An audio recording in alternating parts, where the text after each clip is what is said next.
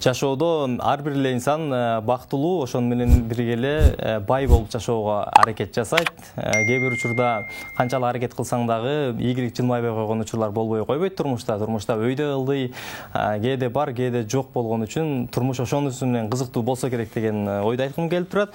Ошон менен бирге эле кээ бир учурда инсандар канчалык өзүнүн мүмкүнчүлүгү, колдо бар мүмкүнчүлүгүн пайдалана албай, кээ бир учурда убактысын дагы ошон менен бирге эле акчасын туура эмес жакка сарптап койгон учурлар кездешет.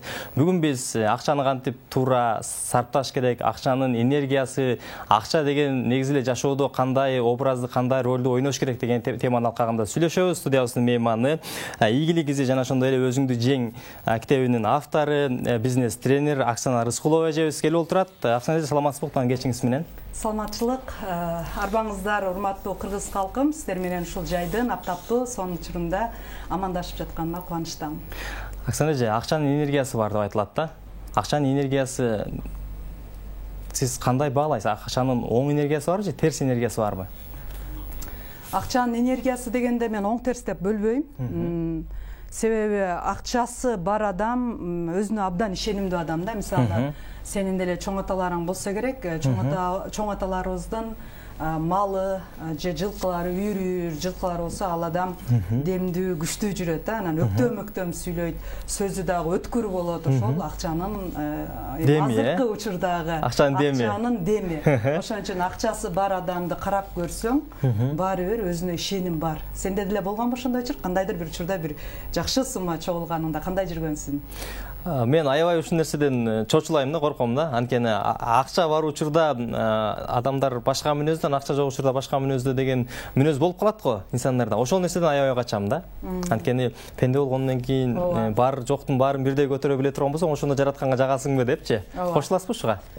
Туура, ооба, бирдей болуш керек. Мен да өзүмдүн жашоомдо баягы ийгилик жолу өйдө төмөн жолдо отурат экен. Ошондо аябай бийик чыккан учурларым болду, аябай ылдый түшкөн учурларым болду. Ошондо анан сен айткандай баягы баарын ортоңку нерсени кармап баратам деп ойлоймун да эми. Динибизде айтылат, акчаны канчалык тапкан эмес, ал нерсени сарптаган маанилүү депчи. Акчаны ар кандай адам таап коюшу мүмкүн, бирок аны сарптаганда маселе жатат деп. Азыркы коомчулукта эми коомчулукту күнөөлөбөйлү. Мисалы үчүн менде деле, мен досторумда, мен жакындарымда деле ушундай учурлар катталат. Кереги жок нерсени сатып алып, же болбосо акчасын кереги жок жакка жумшап койгон учурлар. Анткени акча табуу, акча бул сенин өмүрүң да, убактың. Ооба. Мисалы үчүн эртеден кечке иштеген, мисалы үчүн тигүүчү цехинде иштеген айым эртеден кечке убактысын кетирип 1,5 миң сом акча ала турган болсо, орточо эсеп менен. Же болбосо базарда сатуучу болуп иштеген инсан эртеден кечке ошол жерде өзүнүн азык түлүгүн сатып, соода кылып акча таба турган болсо, ошол өмүрү кетти, бир күндүк өмүрү. Бирок ошол өмүрүбүздү кээ бир учурда биз текке кетирип салган учурлар болот да, тапкан акчабызды айткым келип турат да. Мен дагы Наталья Грейс дегендин сабагынан окуп калдым, сен айтып атканыңдан улам эсиме түшүп кетти. Наталья Грейс айтат да, бирөөгө акча берип алып дейт, анан ошону ала албай калган учурубузда дейт, ушунчалык баягы адам менен урушканга дагы, агрессивдүү нерселерди жасаганга дагы биз даяр болуп калабыз дейт. Неге дейт? Себеби орусча айтканда ал сенин кусок жашооңду ала алды дейт да. Ошону бербей кой дейт. Ушунчалык таасирде болгон. Ооба, азыр иштеп эле атабыз, жашыбыз жогорулап эле атат, ал эми сактаган акчабыз жок, ишенген нерсебиз жок, ошентип кетип атабыз. Бул нерсе ошол финансылык сабаттуулуктун жетишпегендиги деп айта алам. Мен өзүм деле ушул жакка 35 жашка чейин билген эмесимен 35 жаштан келдим да. Анан бир күн эле мен ушул областтын борборунан ушул акча боюнча сабак деп окуп калдым. 2012 жылы окуп калып, ошол сабакка 4 күн катыштым. 4 күн катышкандан кийин анан билдим да, демек акча боюнча сабактар бар экен деп. Анан мен ойлогом, менде бир эле максат болгон. Мен акчалуу бай болгум келген. Себеби мен байлардын үй бүлөсүнөн чыккан эмесмин да, дайыма муктаждыкта жашаганмын. Дайыма кичинекей балдарыма бир нерсе алып бере албай жашаганмын да. Анан мен өзүм бай болбогон нерсе менин пешенеме жазылган эмес деп ойлочу элем да. Анан көрсө бул нерсени баарыбыз жасай ала турганыбызга ишенип ушундай кубанып отурам да, баягы сабактар. Колдон келет экен баары. Колдон келет экен депчи. Анан кызыктуу жери мынтип айтып атпайбы? Сен 1 миллион доллар тапкың келеби деп суроо берип атат да залда 40 адам. Ооба, мен тапкым келет деп баарыбыз кол көтөрдүк. Анан десек, анан кантип табасыңар? Силер тапканыңарга ишенесиңер деп, жок деп унчукпай отуруп калдык. Бая демдин баары өчтү. Анан айтып атпайбы, мен бир сонун сырды силерге айтам дейт. Кандай сыр, силер жөн эле мындай таба турган сырды айтам дейт. Анан кандай сыр, баарыбыз тынч болуп калганыбызды айтып атпайбы? Bir күндө дейт, 1 доллар таба аласыңарбы дейт. 1 доллар канча азыр? Азыр орто эсеп менен 81-82 сом. 80 сом, 80 сом. Сен бир күндө 80 сом тапсаң болобу? Андан ашык тапса болот. Ооба, 80 сом тапсаң болот. Ошол 1 долларды дейт, bir күндө 80 сом тапсаңар дейт, 1 долларды bir күндө тапсаңар, ошону миллион жолу кайталап койсоңор эле 1 миллион доллар деп атпайбы? Анан, демек, миллион жолу кайталасам эле, ал 1 миллион доллар, демек мен миллионер болушу оңой эле турбайбы долларга деп, аябай жакын сезилип кетти да. Анан, бирок дейт аягында, ошол 1 миллионду силер канча убакытта кайталайсыңар кеп ошондо дейт. Сен кайталасаң бир өмүрүң жетпей калат дейт. Ошон үчүн ийгиликтүү адамдар арзан эмгек акы сатып алышат экен. Сенин бир суткада канча убактың бар? 24. 24 саат. А эгерде сенин колуңда сенин бизнесиңди кылган 2 жигит иштей турган болсо, алар сага канча сааттан иштеп берет, сен айлык төлөп берсең? 8 сааттан 12 саатка чейин. Ошондо 8 сааттан 2 баланыкын минималдуу түрдө сенин саатыңа кошсок канча болот? 24 саат. 24 саат. Плюс 8, 16. 8, 16, 24, 40 саат. 40 саат. Демек сенде 40 саат бар. Көрдүңбү, ийгиликтүү адамдар эң баалаган нерсе бул убакыт. Убакыт. Ошон үчүн мисалы бизге ушунчалык көп мисалдарды келтирди. Мисалы эмеге барасыңар дейт да, 20 жылдыкка барганыңарда дейт, эки окшош эле бирге эле бүткөн, бирдей эле окуган балдар дейт, бирөөсү бир чоң суммадагы бир чоң компаниянын ээси дейт, а бирөөсү болсо бир жердин жетекчиси дейт, мамлекеттик кызматкерби же болбосо дагы бир айлыкка иштеген адам дейт. А экөөнүн айырмасы эмнеде дейт, бай болушунун эмне айырмасы бар? Экөө бирдей эле айылда, бирдей эле шартта чоңойду, бирдей эле мектепте, бирдей эле бала бакчага барды, бирдей эле университетти бүттү. Анан эле 20 жылдыкта келгенде берки курулуш компаниясынын директору өзү түзгөн. Бул эми реалдуу жашоо, менин өзүмдүн тааныштарымдын реалдуу жашоосу. Ал курулуш компаниясынын директору, ал болсо бир банктын не деп коет, ошо отделдин башчысы экен да. Экөө тең лидер балдар. А бирөөсүнүн ошо отделдин башчысынын айлыгы 25 000 экен, а беркинин айлыгы айына 500 000, 1 миллионго чейин экен.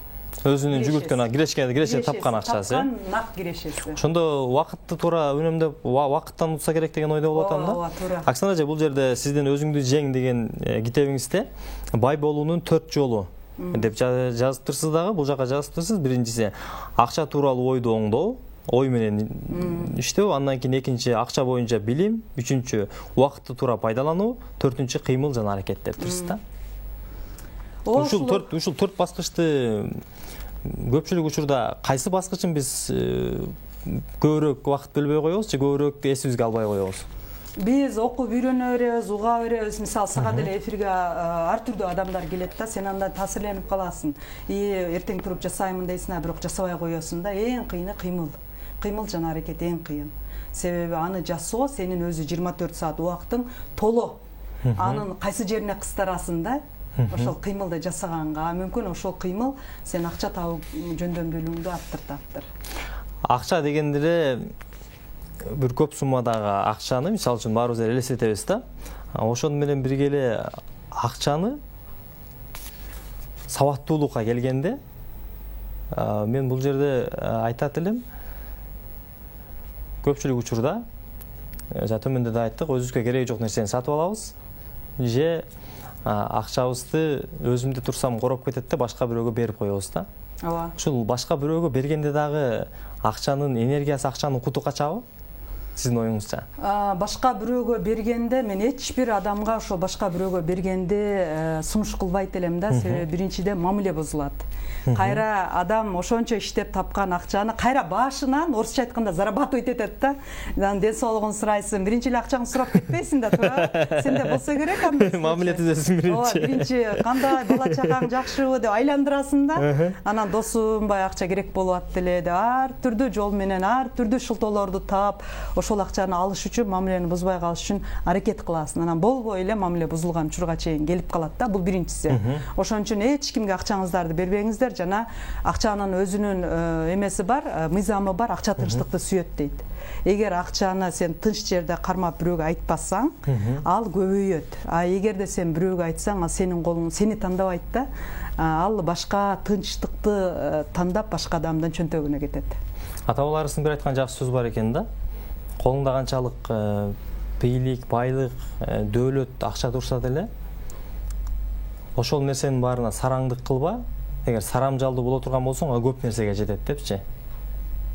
Бул нерсенин баары келип туруп, ушул азыркы тили менен айтканда, акча тууралуу сабат же болбосо акча тууралуу сабатсыздыкка келип такалабы деп айтып атам да. Азыр бизде мисалы үчүн акча бар, сараң деле эмеспиз да.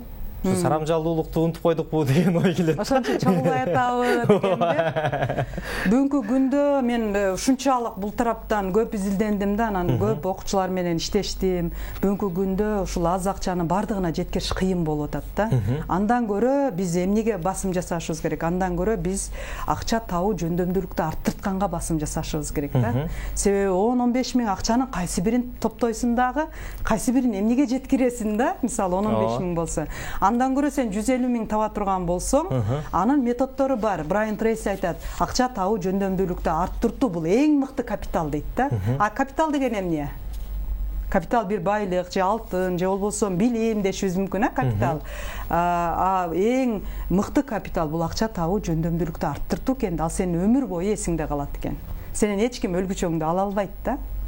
Ошон үчүн ошол жака басым жасасак жакшы болот эле. 150 миң тапсак, анан 50 миңин сактап 100 миңине кенен жашасак, ата-энебизге да берсек жакшы болот эле. Мен ушул нерсени көбүрөөк басым жасаймын да. А бирок ошол эле учурда эми сразу эле 50 миң таап кете албай, 150 миң таап кете албайсың да. Ошол эле учурда бунун өзүнүн биринчи класс, экинчи класс, үчүнчү класс дегенде өзүнүн жолу бар да. Мен деле сразу эле ал жака чыгып кеткен эмесмин. Ошон үчүн сен 15 миң таба турган болсок, мисалы биздин көрүүчүлөрүбүз 15 миң айына таба турган болсо, баягы акчанын өзүнүн принциптеринде бар, 10% акчаны бөл дейт. Бөлүп сактай дейт. А 1,5 миңди бирок бөлүп сактаган менен 15 миң жетпей калып атпайбы, туурабы? Ооба, 13,500. Анан кайра 1,5 миңди ал иштетип атабыз. Ошон үчүн бул эми 1,5 миңди бөлүп сакта деген биринчи орунда бул акчаң көбөйсүн деген мааниде эмес, буну адатка айландыр деп атат. 1,5 миңди бөлүп сактай албасаң, 10% эмес, 1% сактай аласыңбы? 1% канча болот 15 миңден? 150 сом. 150 сом сактаса болобу? Болот. А сен адатка айландырдың, эртең менен тишиңди жууган адат да, туурабы? Ошондой бол адатка айландырдың, кийин көбүрөөк акчалар да келет. Себеби сенде акча чогултуу бир энергиясы чоңоюп атат. Анан көбүрөөк акчалар да келет. Мен ушуга ишенемин. Себеби ошентип баштагам өзүм кичинекей акчаларда. Акчаны биз жалаң гана муктаждыкты чечүү үчүн бир колубузда турган нерсе деп түшүнсөк болобу? Муктаждыкты чечүү. Негизи бул муктаждык чечүү үчүн эле пайдалана турган нерсе да. Шабдан сен жакшы айттың.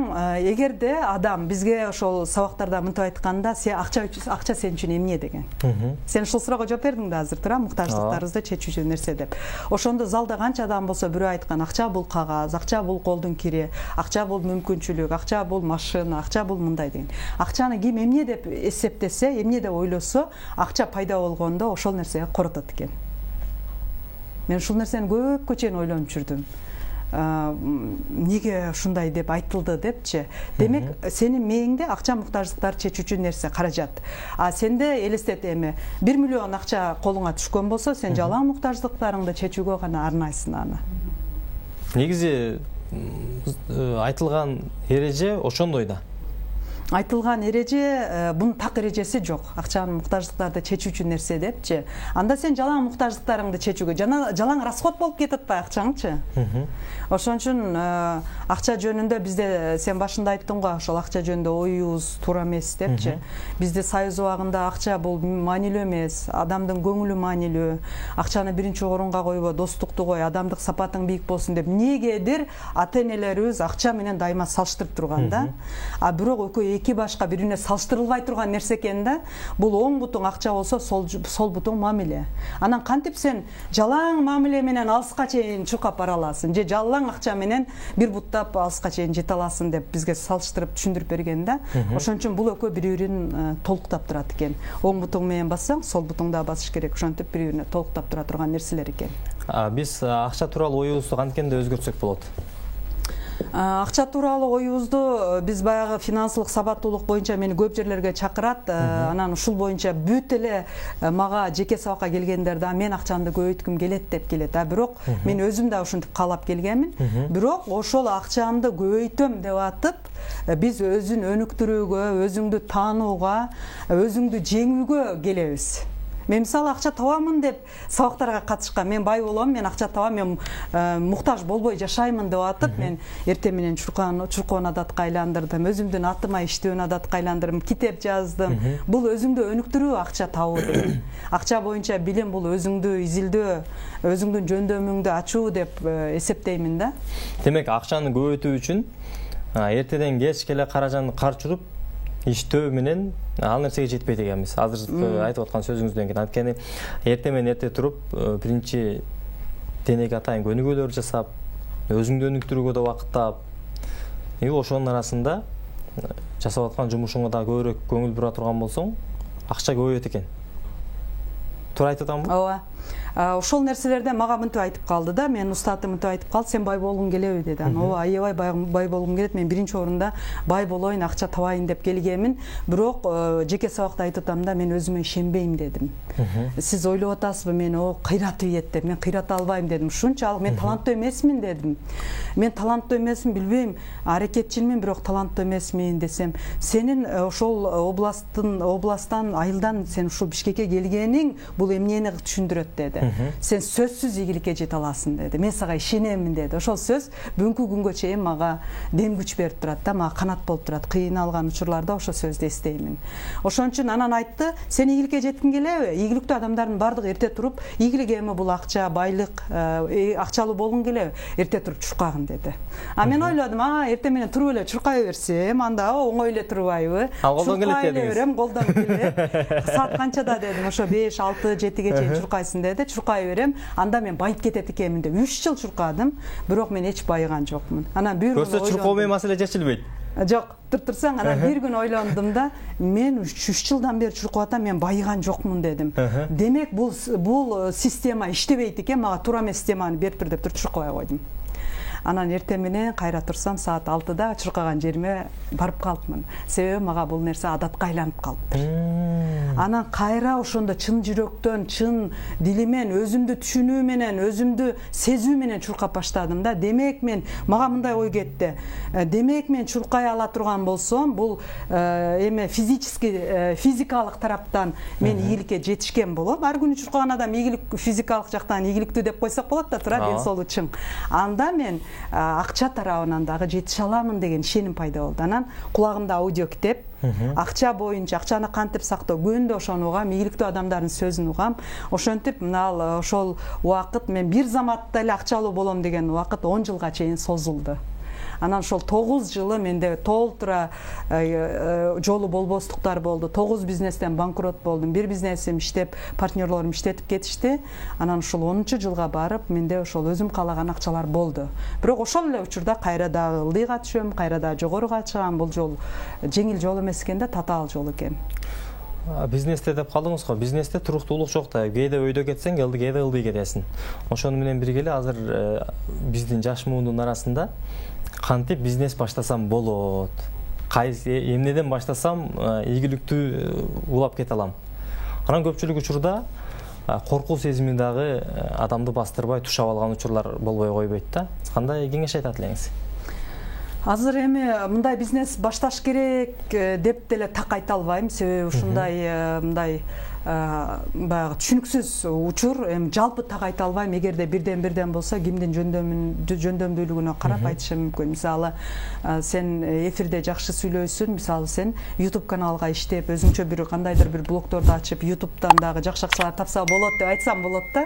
Анан ким жекече ал эле бизнесте. Ооба, бизнесте. Жекече келе турган болсо, ошолор менен жекече иштей алам. Анан жалпы баарына эле бизнес ачыңыздар деп айта албайм да. Себеби бүгүнкү күндө конкуренция деген көп. Бүгүнкү күндө орусча айтканда ошол астат товар деген көп. Бүгүнкү күндө ойлогон нерселериң болбой калышы мүмкүн. Ошон үчүн бизнес ачаарда мен баягы билимдердин негизинде айта алам да. Эмнени бул убакытка чейин кылып жүрсөң, ошол эле нерсени ошол бизнеске айландырып, эмне колуңан келсе ошол нерсени бизнеске айландырыш керек. Анан ошол эле учурда чоң жерди арендага алып, анан аябай эл көрсүн деп ачыштын кереги жок. Кичинекей эле нерседен өзүң кылып көрүшүң керек. Эл көрсүн деп ача турган болсоң, бизнес аябайт, Ооба. Эгер артка кете турган болсоң, аябайт. Ооба, чыгымдар көбөйүп кетет да. Анан ошентип кичинекей эле нерседен ачып, кичинекей эле нерседен өзүң барып сатып, ошондой кылып туруп, анан чоңураак план түзүп, анан аз-аздан бир баланы алып, бир балага кошулгандан кийин киреше көбөйүш керек. А киреше көбөйсө, аны алыш керек кайра иштен. Өзү кылыш керек да. Ошонун өзүнүн системасы бар, ошо менен кетсе болот. Киреше менен чыгашанын көлөмүн азайтуу үчүн кандай жолдор бар? Эми чыгаша бул биздин чөнтөгүбүздөн чыккан акча, киреше биздин чөнтөгүбүзгө кирген акча да. Ошо экөөнү бир айлык чыгашаны күндө жазышыбыз керек биз.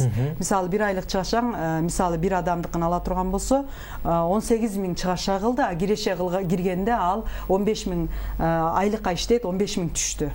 Анан эми ошону баланс кылып чыгарыш керек. 18 миңден 15 миңди алабыз. Кимге минус болду, кимге плюс болду. Акчаны сарптоо, анан акчаны сактоо деген дагы түшүнүк бар да. Акчанын өзү 3 принципи бар да. Принцип дегенди кыргызча которо албадым. Биринчи принципи бул акчаны табуу. Бул биринчиси.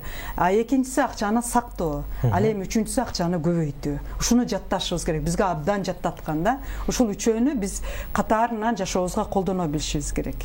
Тапкан учурда, мисалы үчүн акчаны таптың, бирок сактоо, анан көбөйтүү деген түшүнүктөр кээ бир учурда жашоодо бир арткы планга калып калат да.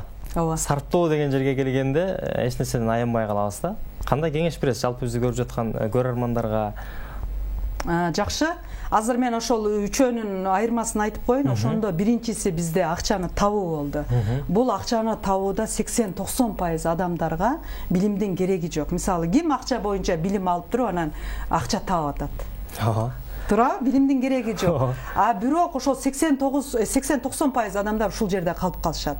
Себеби аларда акча сакталбайт, жана акчаны өзүн иштетип, өзү көбөйгөнүнө көбөйтө алышпайт. Туурабы? Өзү иштеп, өмүр бою өзү иштейт. Ошондо мынал жерде акча боюнча билимдин кереги жок. Эгерде биз андан нары өсө турган болсок, акчаны сактоого жана акчаны көбөйтүүгө сөзсүз финансылык билимдер керек экен. Мисалы үчүн? Мисалы үчүн, жөн эле адам акчаны сактай албайт. Сен айткандай, анын кирешесинен да чыгашасы ашып кетет дагы, ал акчанын кандайдыр бир мыйзамдарын түшүнбөйт. Аны бизге эч жерде эч качан окуткан эмес ал мыйзамдарын. Ооба. Ошол нерселерди түшүнбөйт дагы, ал корото берет. Мынан карап тур, Шабдан. Мисалы, мен өзүмдөн ушундай практика өткөнмүн да, мен бир учурда биринчи айлыкка иштегенимде 5 миң сом айлык алат элем. Мен 5 миң сомду жок кылчумун. Анан мен ойлондум, мага эмнеге акча жетпейт атат? Мен аз акча таап атам. Мен демек менин кыялым канчага көтөрүлдү? 10 миң сомго көтөрүлдү. Андан көбүрөөк айлык алганга, Мен 10 миң сомду максат койдум. Мен 6 айдан кийин 10 миң сом акча таап баштадым. Анан мен түшүнбөй калдым. Мурда 5 миң сом чыгашам болсо, мен ошол 10 миң сом дагы чыгаша болуп кетти. Анан мен ойлодум, мендеги кемчилдик, мен аз таап атыпмын дедим. Көбүрөөк табыш керек экен да. Көбүрөөк табышым керек дедим да. Мен 20 миң сомго максат койдум. Максат коюп 20 миң сомго бир жылдын ичинде көтөрүлдүм. А мен чыгашам канча болду деп ойлойсуң? Чыгашаңыз эгерде өзүңүздү көзөмөлдөгөн болсоңуз чыгаш азайды го деген. Жок, себеби мен сабак алган эмесмин да, билимим жок болчу да, ошон үчүн 20 миң тапканымда мен 20 миң чыгаша болду. Келгендин баары чыгашага кетти. Ооба, чыгаша болду. Андан кийин 30 миң койдум, 30 миңдин баары чыгаша болду. 50 миң койдум, 50 миңдин баары чыгаша болду. Кийин сабакка келгенде айтып атпайбы? Бул дейт ушундай вакуум дейт да. Сенин кирешең өскөн сайын сенин чыгашаң дагы көбүрөөк өсөт, каалооң дагы көбүрөөк өсөт, каалооң сени талап кылат көбүрөөк акча тап деп, кайра эле сенин каалооң дагы көбөйөт, ошентип эле баягы эмне деп коет ушуну, мынтип колашып кете берет да. Бири-бири, Ооба, бири-бирин колашып кете берет. Анан 100 миң тапсаң 100 миңден баары чыгаша. Же андай тааныштарың жокпу? Ушул жерде мен суроо бергим келип турат. Оксана эже, элибизде айтылган, эл арасында айтылып жүргөн ушундай сөз бар.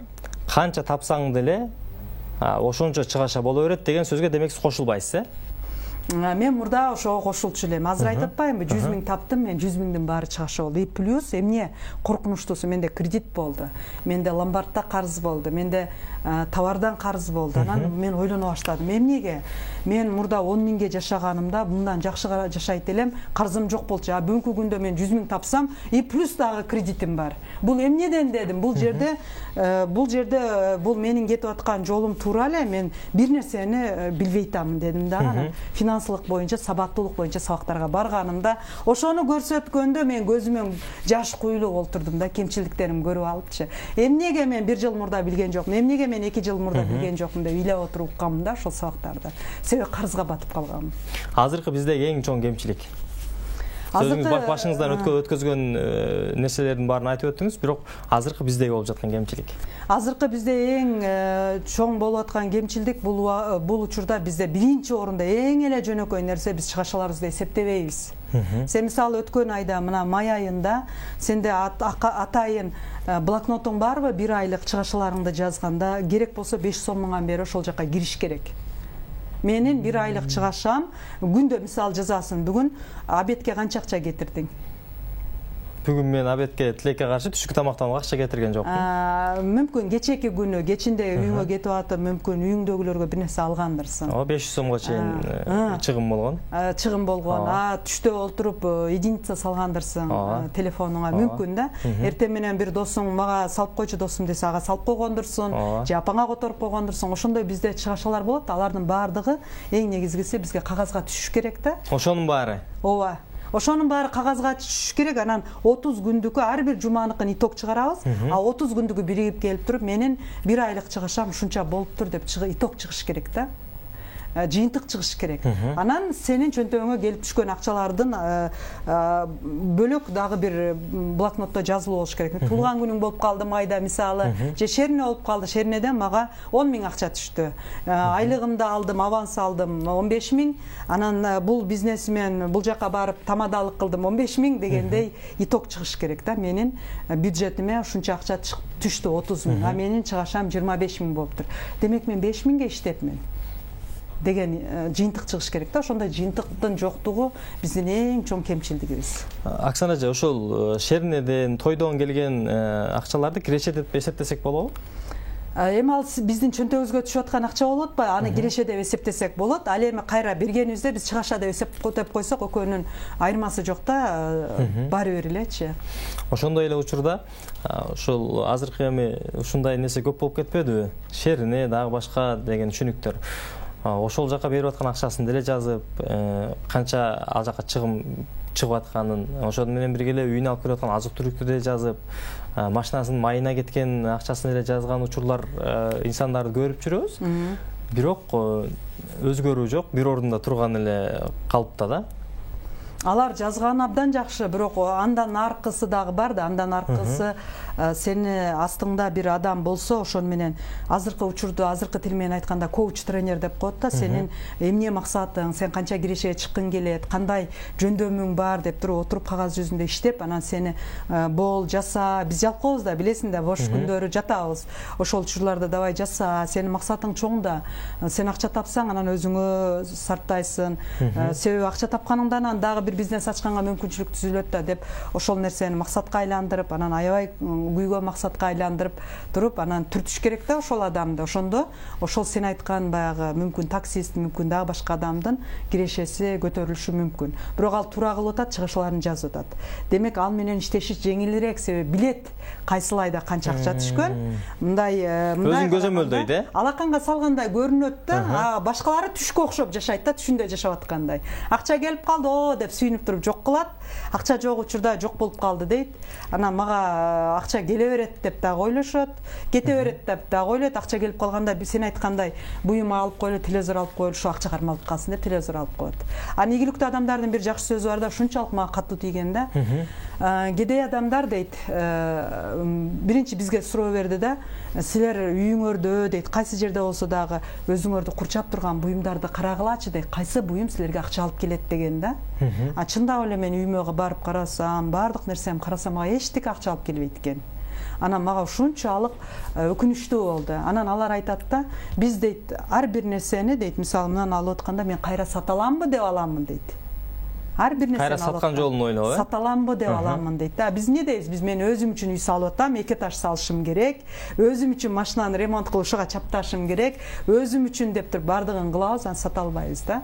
Алар бардык учурда бизнестин жолун ойлойт. Ушуну бирөө кардар чыкса, жакшыраак баага сураса берип коет. Себеби анын үстүнөн акча көрөт. Биз болсо жок деп бербейбиз. Как будто ушундай буюм кайра келбей кала тургандай сезим болот да. Демек, соңку суроолордун бири болсун. Демек, кандайдыр бир буюм алып коюп, ал нерсени акча сакталат деген түшүнүктөн улак болушубуз керек экен, Аны менен акча сакталбайт экен көрсө. Буюмдар менен буюмдарды алгандан көрө бизге акча агып келе турган акча агымын түзүшүбүз керек. Азыркы учурда мынал биз бир жаңы бир рынокко чыгып атабыз, бирок кыргыз эли ошол нерсени мүмкүн мен деле жаңылаттырмын, бирок менин баамымда бир жаңы рынокко чыгып атабыз. Бул криптовалюта, бул Binance деп аталат. Бул дүйнөлүк адамдар, дүйнө кыргыз элинде дагы көп, кыргыз инсандары дагы көп. Ошондой бир криптовалюта деген нерселерди изучать этишибиз керек, билишибиз керек. Себеби электрондук акчалар келечекте ошол нерселер болот да. Анан ушул акча боюнча изилдеп үйрөнө беришибиз керек. Азыр мен эфирибиздин аягыбызда айтып коеюн. Мына "Продавай себе дорого" деген китеп бул өзүңдү кымбат сат деп атат. Буну кыргызчасын айтсам аябай күлүшкөн да көпчүлүк адамдарчы. Мисалы биз өзүбүздү кантип арзан сатып жүрөбүз? Себеби биз аз айлыкка иштейбиз. Биздин бир саатыбыз арзан. Эгер 15 000 тапса адам бир саатта 24 сом эле турат. Бул 24 сом арзан. Бир саатычы. Ошон үчүн бул жерде Джо Джерард деген бул өтө дүйнөлүк продажа боюнча, сатуу боюнча 5 жолу Америкада ошол нерсени жеңип алган адамдын китеби. Бул айтып атат, сен өзүңдү кымбат сат дейт. Демек, кымбат сат деген көбүрөөк акча тап дейт. 100 000 тап, 200 000, 500 000, миллион тап деп атат да. Ошол нерсени кылсак болот. Жакшы, рахмат Аксан эже. Айтылган маек кандайдыр бир деңгээлде бизди көрүп жаткан көрөрмандарга өзүнүн жемишин берди деген түшүнүктүү ойдобуз. Сизге чоң рахмат келип бергениңизге, убактыңызды бөлүп. Рахмат, ошол баардык кыргыз элиме ошол кааларым акча жаатынан сабаттуу болойлу. Эгер акча жаатынан сабаттуу болсок, биз акча эркиндигине жете алат экенбиз. Ошон үчүн баарыңыздарга жакшылык, бардар жашоо каалайт элем. Рахмат. Студиябыздын мейманы бизнес тренер Аксан Арыскулова болду. Ар бир үйдө ырыскы береке болсун, түнүңүздөр бепил болсун. Кайрадан эфир аркылуу амандашканча сак саламатта туруңуздар.